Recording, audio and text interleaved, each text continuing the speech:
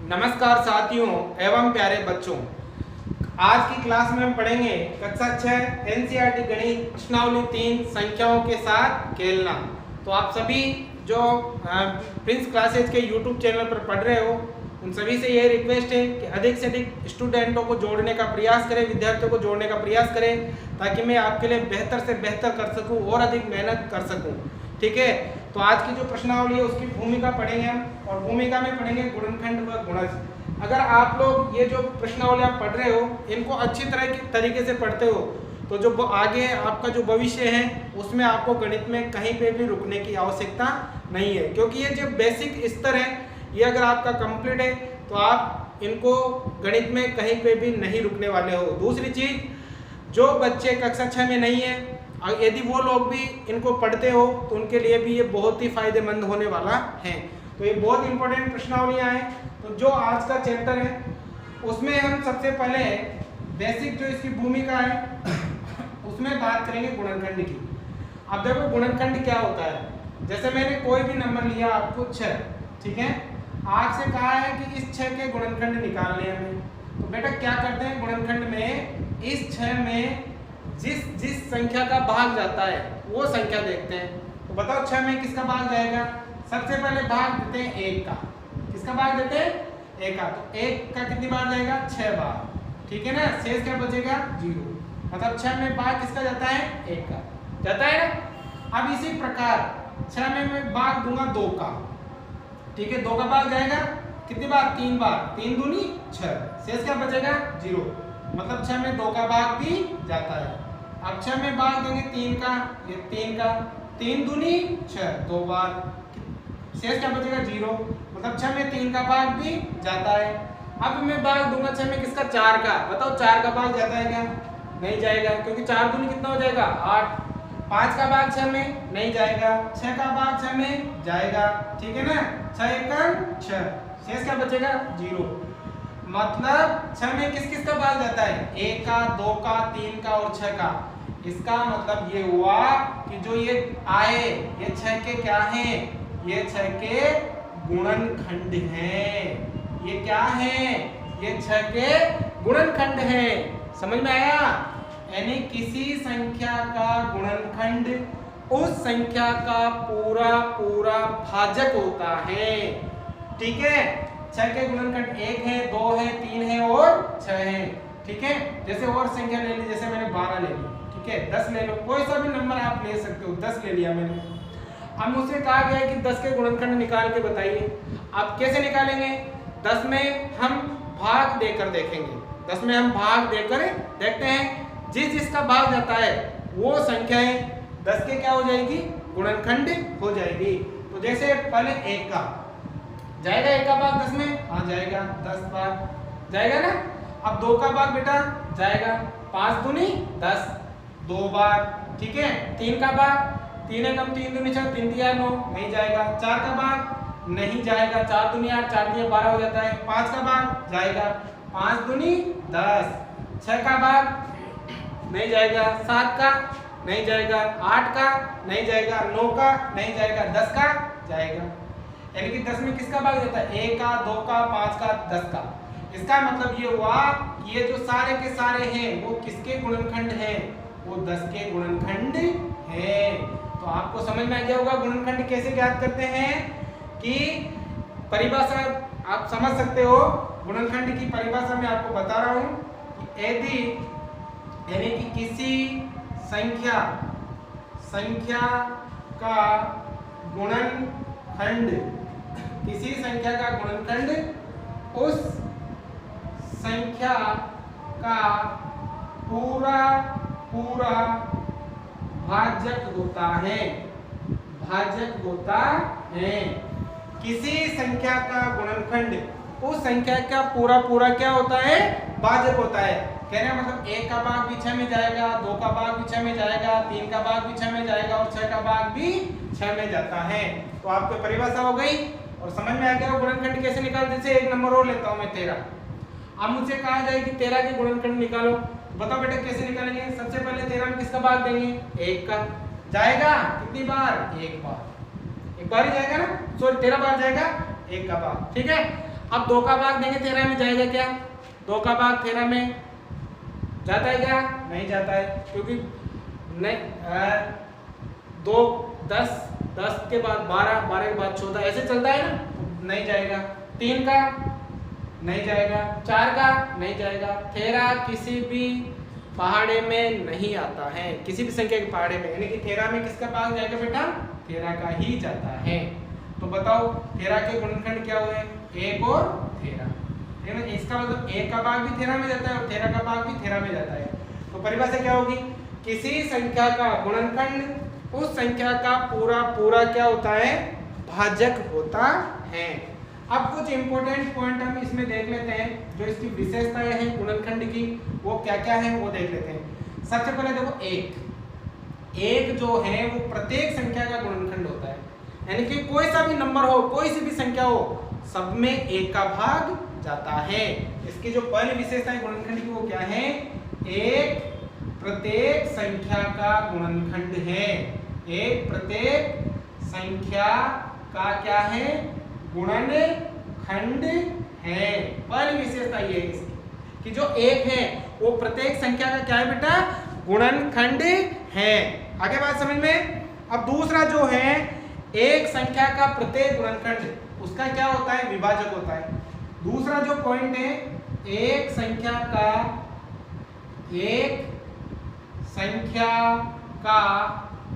प्रत्येक गुणनखंड उसका विभाजक होता है।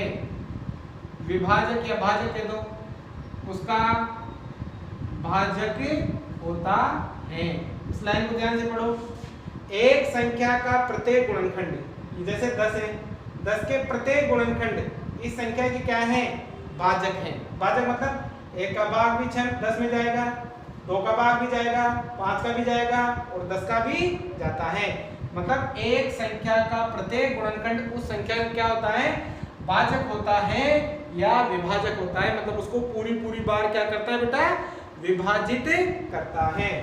दूसरी चीज, जो संख्या आपको दे रखी है वो स्वयं भी उसका गुणनखंड होती है। जैसे 6 है तो 6 भी, देखो यहाँ पर 6 का गुणनखंड है। 10 है, 10 का गुणनखंड है। 13 है, 13 का गुणनखंड है। इसका मतलब क्या हुई? एक दी हुई संख्या स्वयं अपना क्या होती है? गुणनखंड होती है। स्वयं अपना गुणनखंड होती है। जो संख्या दे रखी है वो स्वयं अपना क्या होती है? गुणनखंड होती है। ये इसकी तीसरी विशेषता थी। समझ में आ गया ना? 10 तो 10, 13 तो 13, 6 तो 6। ठीक है। अगली जो विशेषता है वो क्या है? जो किसी संख्या के गुणनखंड या तो उसके बराबर होंगे या उससे छोटे होंगे। जैसे 10 है तो 10 का गुणनखंड या तो 10 होगा या फिर उससे छोटा होगा, उससे बड़ा नहीं होगा। तो हम क्या लिख सकते हैं? एक दी हुई संख्या के गुणनखंड संख्या के बराबर या उससे क्या होगा? उससे छोटा होता है। किसी भी संख्या का गुणनखंड है या तो संख्या के बराबर होगा या संख्या से छोटा होगा, उससे बड़ा नहीं होगा। यह भी इसकी विशेषता है। तो 4 हो गई। अगली जो 5वीं विशेषता है, किसी संख्या के गुणनखंडों की संख्या निश्चित होती है। जैसे 6 है तो 6 में 1 2 3 4 कितने गुणनखंड है? 4 से ज्यादा इसके गुणनखंड नहीं होंगे। जैसे 10 है तो 1 2 3 4 कितने गुणनखंड है? 4 से ज्यादा नहीं होंगे। 13 में कितने गुणनखंड है? 2 से ज्यादा नहीं होते हैं। यानी कि एक दी हुई संख्या के गुणनखंडों की संख्या एक दी हुई संख्या के गुणनखंडों की संख्या क्या होती है? निश्चित होती है। क्या होती है? गुणनखंडों की संख्या निश्चित होती है। क्या लिख सकते हो? परिमित होती है, या आप इस जगह लिख सकते हो निश्चित होती है। ये आपके गुणनखंड की विशेषताएं हैं, गुणनखंड के बारे में है, जो आपको ध्यान में होना चाहिए। तो ये तो बात हो गई आपके गुणनखंड की। किसी भी संख्या का अगर आपको गुणनखंड दे दिया जाए तो आप बड़ी आसानी से निकाल सकते हो। और आपको इनको किस तरह से, इस तरह से भी लिख सकते हो, जैसे ये 6 इंटू 1 बराबर कितना होता है 6। अब जैसे 2 इंटू 3 बराबर कितना होता है 6। अब 3 इंटू 2 कितना होता है 6। अब जैसे 6 तो 1 इंटू 6 कितना होता है 6। तो इनको आप इस प्रकार से भी गुणनखंडों को लिख सकते हो। अब जैसे ये वाली तो चीज पहले आ रही थी तो इसको लिखने की जरूरत नहीं है, ये वाला पहले आ रहा तो लिखने की जरूरत नहीं है। तो 6 के गुणनखंड आप इस प्रकार से लिख सकते हो। जैसे 10 है, अब 10 के गुणनखंड कैसे लिखोगे, पहला तो 10 इंटू 1 बराबर कितना 10। अब दूसरा 2 है ना, तो 2 इंटू 5, क्योंकि 5 दूनी कितना होता है 10। अब तीसरा 5 है ना, तो 5 इंटू 2 तभी तो 10 होगा, लेकिन ये पहले आ रहा है, इसको लिखने की जरूरत नहीं है। अब 10 है तो कैसे 1 इंटू 10 ही होता है, ये पहले आ रहा है, लिखने की जरूरत नहीं है। इसका मतलब 10 के गुणनखंड आपके ये हो जाएंगे, जो आपकी बुक में है वो इस प्रकार से है, तो आप लिख सकते हो। तो समझ में आएगा गुणनखंड क्या होता है। अब दूसरे नंबर पे बात करते हैं गुणज की। इनको आप लोग रफ पेपर ले लीजिए और वहां उतार लीजिए। अब बात करते हैं गुणज। अब बेटा देखो गुणज क्या होता है। सबसे पहले इसकी परिभाषा, मैं कोई भी संख्या लिखता हूँ, जैसे मैं लिखा 2 इंटू 3 बराबर कितना होता है 6। तो ये 2 और 3 तो क्या है, ये तो है गुणनखंड, ठीक है। और ये जो 6 है वो कहलाएगा गुणज। क्या कहलाएगा बेटा गुणज। ये तो है गुणनखंड और ये क्या है गुणज। समझ में आ रही है। 2 इंटू 3 6, ये तो है गुणज और ये क्या है गुणनखंड कहलाता है। तो परिभाषा ये होती है, एक संख्या अपने प्रत्येक गुणनखंड का गुणज होती है। एक संख्या, ये वाली संख्या अपने प्रत्येक गुणनखंड का क्या होती है गुणज होती है। यानी कि आपको किसी भी संख्या का गुणज लिखने के लिए बोला जाए तो आपको उस संख्या का पहाड़ा लिखना है। संख्या क्या लिखना है पहाड़ा। जैसे मुझसे कहना जाए कि 2 के गुणज लिखो, 2 के 5 गुणज, मैं कैसे लिखूंगा 2 इंटू 1 2 एकम 2, 2 इंटू 2 2 दूनी 4, 2 इंटू 3 2 तिया 6, 2 इंटू 4 फिर 8, 2 इंटू 5 फिर कितना हो गया 10, 2 इंटू 6 कितना हो गया 12। और इसी प्रकार और भी आगे तक आप लिख सकते हो। यानी कि 2 के गुणज क्या हुए 2 दूनी 4, 2 तिया 6, 2 चौको 8, 2 पंजे 10, 2 6 12, फिर आगे और भी आगे तक चलता रहेगा। यानी किसी भी संख्या का गुणज लिखना है तो आपको उस संख्या का क्या लिखना है पहाड़ा लिखना है। या उसको 1 से गुणा, 2 से गुणा, 3 से गुणा, 4 5 6 7 8 9 10 11 12 13 14 इस प्रकार से आप लोग बता सकते हो। ये गुणज और गुणनखंड दोनों में एक दूसरे से रिलेशन होता है, संबंध होता है। तो बताओ बेटा इसकी परिभाषा क्या बोली मैंने अभी। एक संख्या ठीक है का एक संख्या अपने प्रत्येक गुणनखंड का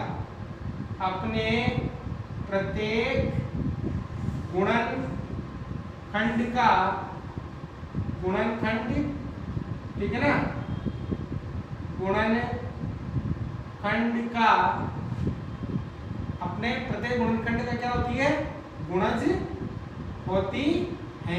ये इसकी परिभाषा हो जाएगी, ठीक है। अब जिस तरह से आपके जो गुणनखंड की विशेषता थी उसमें भी कुछ विशेषताएं हैं जो मैं आपको डायरेक्ट बता देता हूँ। सबसे पहले विशेषता क्या है, देखो यही हो गई। एक संख्या अपने प्रत्येक गुणनखंड का क्या होती है गुणज होती है। दूसरी जो विशेषता है प्रत्येक संख्या स्वयं अपना गुणज है। प्रत्येक संख्या स्वयं अपना क्या है गुणज है। जैसे 2 इसका गुणज 2 है। जैसे अगर मैं कहूँ कि 6 का गुणज लिखो तो 6 का पहाड़ा लिखो, 6 एकम 6, 6 दूनी 12, 36 18 फिर 24 फिर 30 फिर 36 और ऐसे आगे डॉट अनंत तक लिख सकते हो, इसका कोई अंत नहीं है।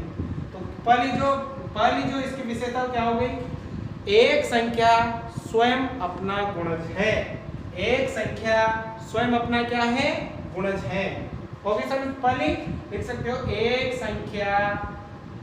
संख्या स्वयं अपना क्या है बेटा गुणज है। जैसे 6 है तो ये 6, 6 का गुणज है 2, तो 2 का गुणज है 10, तो 10 का गुणज है 20, तो 20 का गुणज है। ठीक है, दूसरी जो विशेषता है वो क्या है, किसी भी संख्या का गुणज या तो उसके बराबर होगा या उससे बड़ा होगा। किसी भी संख्या का गुणज या तो उसके बराबर होगा या उससे क्या होगा, बड़ा होगा। जबकि इसमें क्या था, एक दी हुई संख्या के गुणनखंड संख्या के बराबर या उससे क्या होते हैं, छोटे होते हैं। जबकि इसमें क्या लिखोगे, एक दी हुई संख्या के गुणज संख्या के बराबर या संख्या से बड़े होते हैं, छोटे नहीं होते हैं। गुणनखंड में क्या थी, गुणनखंडों की संख्या निश्चित थी, फिक्स थी कि जैसे 6 के 4 ही गुणनखंड होंगे, जबकि गुणज की संख्या निश्चित नहीं है। गुणज कितने भी हो सकते हैं, अनंत तक, आप जितना चाहो उतने गुणज बना सकते हो। ठीक है, तो ये था गुणज के बारे में। तो समझ में आ गया गुणनखंड और गुणज किसे कहते हैं। इसके बाद एक छोटा सा पॉइंट और है आपके, और वो पॉइंट है आपके संपूर्ण संख्या। क्या है बेटा, संपूर्ण संख्या। एक छोटा सा पॉइंट है, वो भी आपको समझना है। संपूर्ण संख्या क्या होती है वो ध्यान देना है इधर, संपूर्ण संख्या। ठीक है, अब देखो संपूर्ण संख्या क्या होती है। जैसे कुछ संख्याएं होती है संपूर्ण, सभी संख्याएं संपूर्ण नहीं होती है। जैसे मैं बात करता हूँ 6 की, ठीक है, मैंने 6 के गुणनखंड किए, क्या पढ़े थे, 1, 2, 3 और 6। और यदि मैं इन 6 के गुणनखंडों का योग करता हूँ, मतलब 1 + 2 + 3 + 6, तो कितना आएगा, 1 और 2 3, 3 और 3 6, 6 और 6 कितना हो गया 12। यदि किसी संख्या के गुणनखंडों का योग उस संख्या से दुगना आता हो, उस संख्या से क्या आता हो, दुगना, तो वो क्या कहलाती है, संपूर्ण संख्या कहलाती है। यानी कि 6 क्या है, संपूर्ण संख्या है। यानी कि परिभाषा क्या लिख सकते हो, वह संख्या जिसके गुणनखंडों का योग, गुणनखंडों का योग संख्या से दुगना हो, क्या कहलाती है, संपूर्ण संख्या कहलाती है, संपूर्ण संख्या कहलाती है। समझ में आई बात, ये क्या कहलाएगी आपको बेटा, संपूर्ण संख्या कहलाती है। जैसे और संख्याओं की जब बात करते हैं, जैसे एक संख्या और आपके दे रखी किताब में, 28 एक संपूर्ण संख्या है। तो 28 के पहले गुणनखंड करो, 1 का भाग जाएगा क्या, हाँ जाएगा, 2 का जाएगा, 3 का 9 × 27 नहीं जाएगा, 4 का जाएगा क्योंकि 7 चौक 28, 5 का नहीं जाएगा, 6 का नहीं जाएगा, 7 का हाँ जाएगा, 7 चौक 28, 8 का नहीं जाएगा, 9 का नहीं जाएगा, 10 का नहीं, 11 का नहीं, 12 का नहीं, 13 का नहीं, 14 का जाएगा, और 14 के बाद डायरेक्ट 28 का जाएगा। ठीक है ना, आप बात देके देखना है बेटा, ये सबको जोड़ के देखो, 1 और 2 3, 3 और 4 7, 7 और 7 14, 14 और 14 28 + 28 कितना होता है आपके 56। देखो इसे डबल आ रहा है, यानी कि 28 भी क्या है, एक संपूर्ण संख्या है। तो आज की क्लास में बस इतना ही, हमने पढ़ा गुणनखंड, गुणज और संपूर्ण संख्या के बारे में। इसके बाद हम पढ़ेंगे प्रश्नावली 3.1। यदि आपको वीडियो पसंद आए तो अधिक से अधिक लाइक करें, अधिक से अधिक शेयर करें और चैनल को सब्सक्राइब कर लें, क्योंकि हमारे चैनल पर आपको कक्षा 6 से कक्षा 10 तक की गणित का कोर्स कंप्लीट मिलता रहेगा। Thanks for watching this video.